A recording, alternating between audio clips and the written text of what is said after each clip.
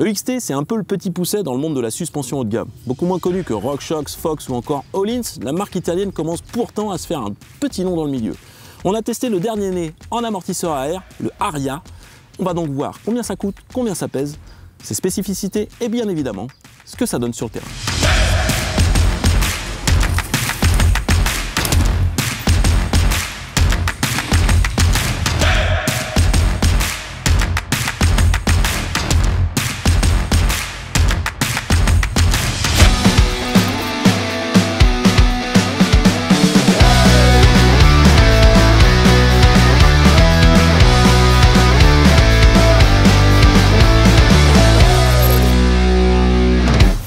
Salut à tous, bienvenue sur Enduro Bike, on espère que vous allez bien. Aujourd'hui on se retrouve donc avec Jason qui a testé l'amortisseur à air de chez EXT, le Aria. Jason, comment tu vas? Bah ça va, moi je suis vraiment content d'avoir pu essayer cette pièce. Donc déjà l'année dernière, comme vous avez pu voir, donc Rémi a pu essayer un peu la gamme EXT. Il avait essayé le Storia, donc le Storia qui est version ressort. Et moi j'ai eu la chance de pouvoir essayer le Aria. C'est une nouveauté. C'est une nouveauté, exactement. Tu nous l'as confisqué pendant combien de temps le Aria? Combien de temps tu l'as roulé? Ça fait presque 6 mois déjà, donc ça fait un petit moment.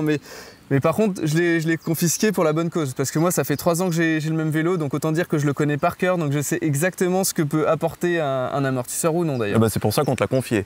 Donc, amortisseur haut de gamme de chez EXT, la marque italienne, combien ça coûte? Donc ça coûte un petit peu cher, on est sur un tarif de 1290 € prix public. Quand même. Donc c'est assez onéreux, on va être sur l'équivalent d'un Float X2 Factory.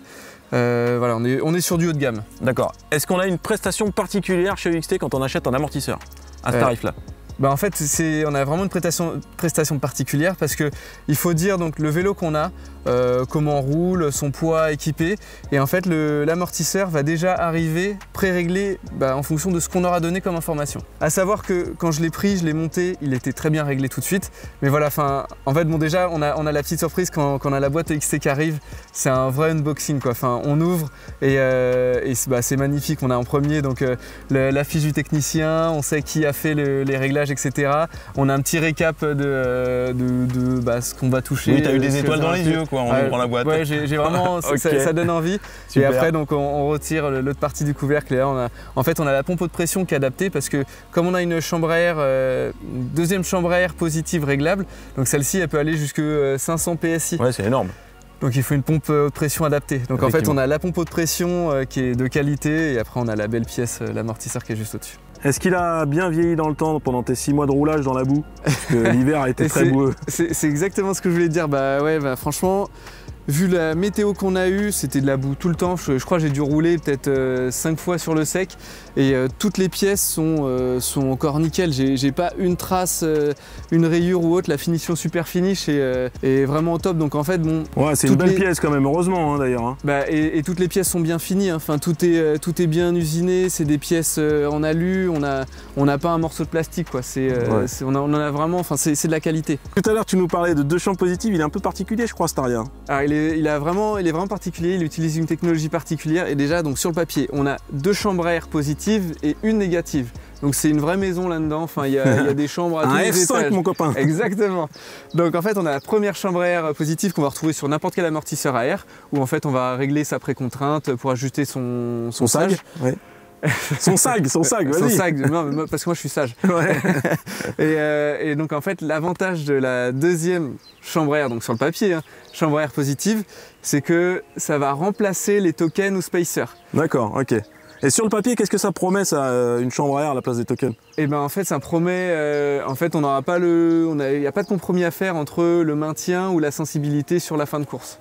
Jason, il y a quoi comme réglage sur la bête? Eh ben, il y a énormément de réglages.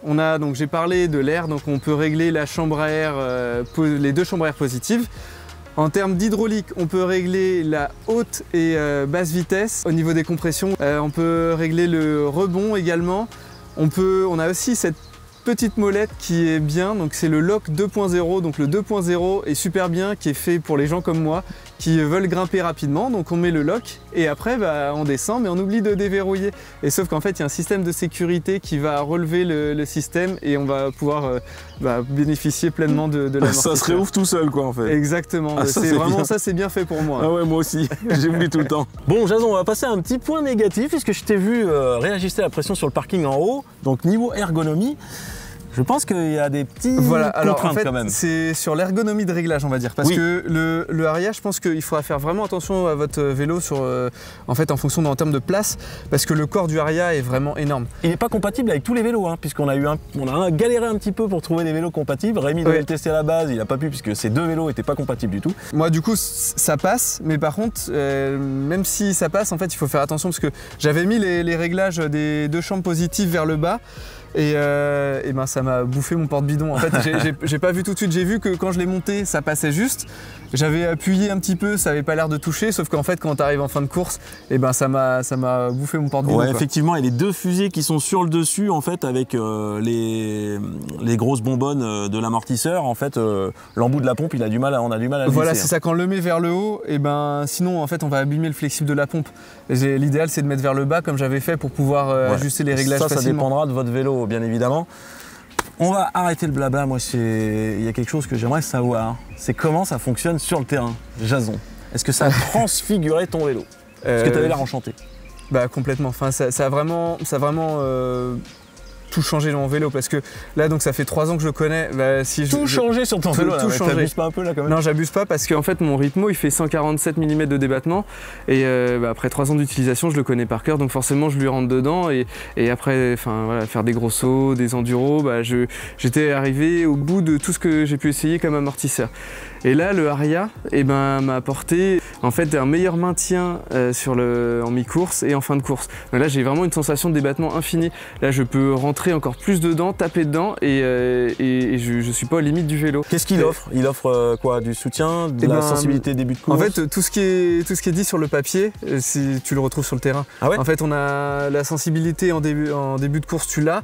Et en fin de course, tu l'as aussi. En fait, t'es pas obligé d'ajuster, de mettre des tokens. Et en fait, les tokens, tu sens qu'en fin de course, t'as un bout de bois, quoi. Et t'as plus d'adhérence, t'as plus ton maintien que tu peux avoir en début de course, en milieu de course. Est-ce que cet Aria t'a dynamisé ton vélo? Bah oui, aussi il me l'a dynamisé, parce que donc il m'a apporté un bon pop. Tu peux jouer avec n'importe quel dénivelé du terrain, tu pousses dedans et tu sens que l'amortisseur il réagit. Donc il est vraiment très bon aussi sur ce point-là. Bah, si je comprends bien, le Aria c'est fait pour envoyer du gros, hein. Ah bah oui, c'est clairement fait pour envoyer, hein. C'est son domaine de prédilection. En fait, tu vas ratterrir d'un gros saut, grosse récep, et le maintien, en fait, il est bon, et t'as pas l'impression de perdre le contrôle de ton vélo. Avec un tel amortisseur, je suppose que t'as pas senti de chauffe? Non. Il est stable en fonctionnement? Tout le temps. Enfin, après, j'ai pas fait des descentes, j'ai pas fait le méga avalanche de 20 minutes. Là, je peux pas le dire, mais en tout cas, sur des spés qui durent jusqu'à 6 minutes, ouais, voilà, j'ai eu aucun problème. Le fonctionnement a toujours été du début à la fin. Est-ce que je peux te poser une petite question, enfin une dernière, je pense au niveau de la fiabilité, qu'est-ce que ça dit? Est-ce que tu as eu des soucis pendant tes 6 mois d'essai? Est-ce que des valves qui se desserrent, des petites fuites, des trucs comme ça? J'ai eu aucun souci. En fait, j'ai un peu touché la pression parce que j'avais pas les valeurs de pression de réglage. Donc moi, j'avais juste mis la pompe pour voir ce que j'avais, et j'ai dû retoucher 2 fois sur mes 6 mois, donc c'est rien du tout. Pas de fuite d'huile, rien du tout. Et en sachant que j'ai fait quand même pas mal de kilomètres avec. Et non, aucune fuite d'huile, tout est ok sur la finition. Tu peux nous synthétiser un petit peu, parce que tu as l'air vraiment très enchanté par cet amortisseur, mais tu l'as pas payé, va falloir le rendre, et il coûte quand même un certain prix. Hein. C'est vrai que en termes de tarifs, on est vraiment, on est le plus cher que de la gamme en fait. Proche d'un Flotte X2 à 100 € près, en prix public. Par contre, oui, effectivement, c'est beaucoup plus cher qu'un All-in. On est sur de l'excellence. Hein. En fait, on est sur de l'italien. On peut comparer ça à de la Ducati. Hein. On est vraiment sur des choses hyper pointilleuses. Bah, sur ce, vous pouvez nous dire ce que vous pensez de cet amortisseur EXT Aria. Et si vous le roulez, si vous l'avez, vous pouvez nous dire ce que vous en pensez également. Avoir vos retours, c'est quand même bien sympa. Vous nous les mettez en commentaire. Nous, on se dit à la semaine prochaine. Ridez bien et ridez safe. Allez, ciao. Donc, je vais me mettre dans le trou. J'aime bien me mettre dans les trous. Mets-toi dans le trou. Oh, on est beau. C'est bon?